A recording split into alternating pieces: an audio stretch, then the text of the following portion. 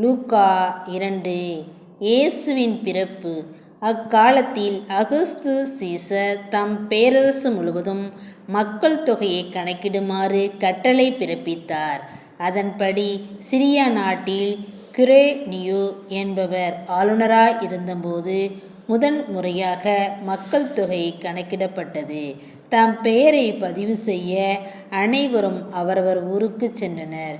தாவீதின் வழிமரபினரான யோசேப்பும் தமக்கு மனம் ஒப்பந்தமான மரியாவோடு பெயரை பதிவு செய்ய கலிலேயாவிலுள்ள நாசரேத்து ஊரிலிருந்து ஒரு யூதேயாவிலுள்ள பெத்லெகேம் என்ற தாவீதின் ஊருக்கு சென்றார்.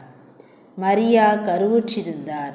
அவர்கள் அங்கு இருந்தபொழுது மரியாவுக்கு பேறுகாலம் வந்தது. அவர் தம் தலைமகனை பெற்றெடுத்தார். விடுதியில் அவர்களுக்கு இடம் கிடைக்கவில்லை. எனவே பிள்ளையை துணிகளில் பொதிந்து தீவன தொட்டியில் கிடத்தினார். இடையர்களும் வானதூதர்களும் அப்பொழுது அப்பகுதியிலுள்ள வயல்வெளியில் இடையர்கள் தங்கி இரவெல்லாம் தங்கள் கிடையை காவல் காத்து கொண்டிருந்தனர்.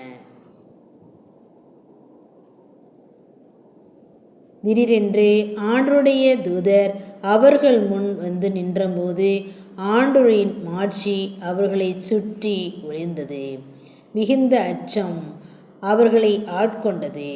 வானதூதர் அவர்களிடம், அஞ்சாதீர்கள், இதோ எல்லா மக்களுக்கு பெரும் மகிழ்ச்சி ஊட்டும் நற்செய்தியை உங்களுக்கு அறிவிக்கின்றேன்.